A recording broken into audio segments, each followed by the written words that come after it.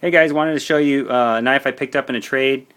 This is a Spyderco. Been kind of getting into Spydercos again. I started off collecting Spydercos and had quite a few, and then sold them all off, and ended up going into Benchmade, and then sold those off, and kind of got into CRK and such. But been going back to Spyderco. I actually really enjoy the Spydercos, and this one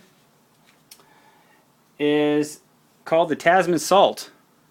Now, Spyderco a couple years ago came out with their Salt series using the H1 steel. This steel is basically rust proof, and a lot of people have done some tests on YouTube, and you put this in salt water and just leave it for an extended period of time and no rust develops on it. I think in the early stages maybe a little rust might have shown up on this little laser etch of the H1 on some of the tests, but for the most part, this thing is rust proof. You can go swimming with this in the ocean.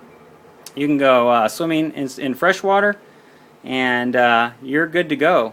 And the H1 steel is a good steel, easy to sharpen.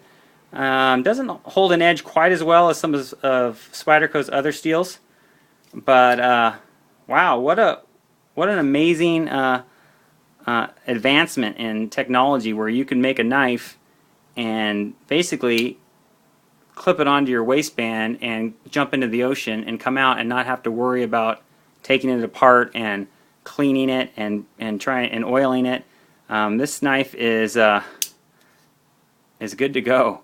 And this one basically has this talon shape, and it's based on, back in the day, Spyderco had a knife called a Harpy, and I think they still make the Harpy in stainless steel, but they had a black FRN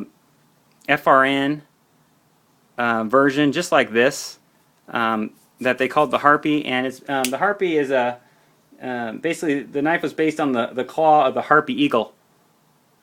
There's an eagle, and you can see that shape is definitely claw shape.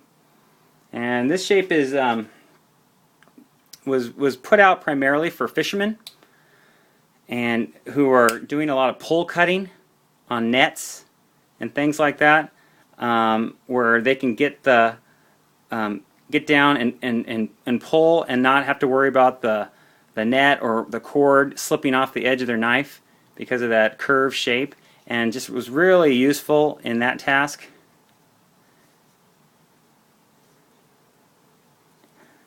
Beautiful design, beautiful look. This is it's interesting that the Salt series uses the old school Delica handles. Now this is the volcano grip, and it's pin construction, so you're not able to take it apart like the new Delicas.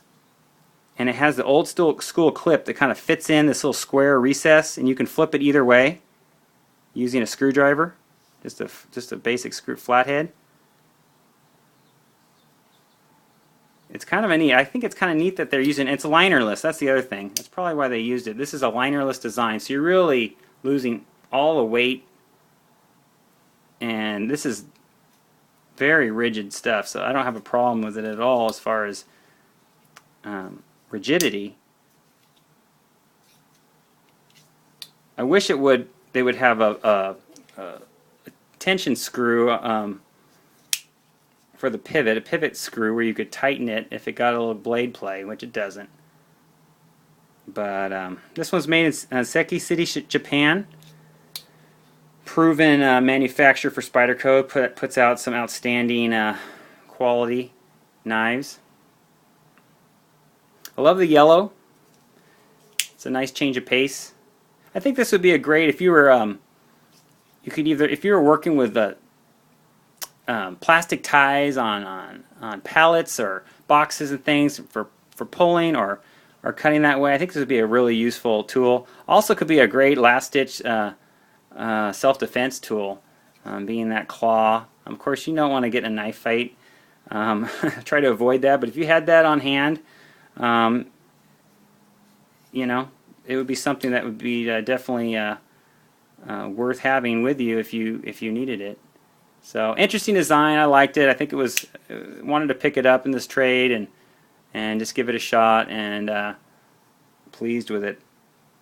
Anyway, thanks guys for watching, and talk to you soon.